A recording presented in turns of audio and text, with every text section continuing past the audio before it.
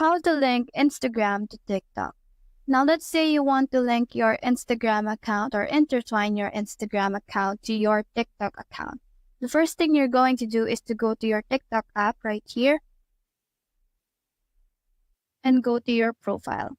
Once we're here, we just have to tap on Edit Profile and scroll down. You'll be able to see on socials the Add Instagram option.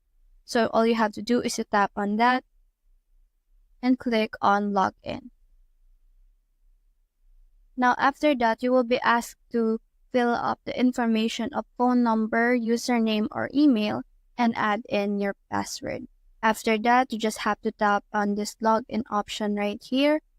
And after you have logged in, they will ask you to allow access from Instagram to TikTok. After that, you will be able to see your Instagram linked on this part of TikTok right here. So that's how to link Instagram to TikTok.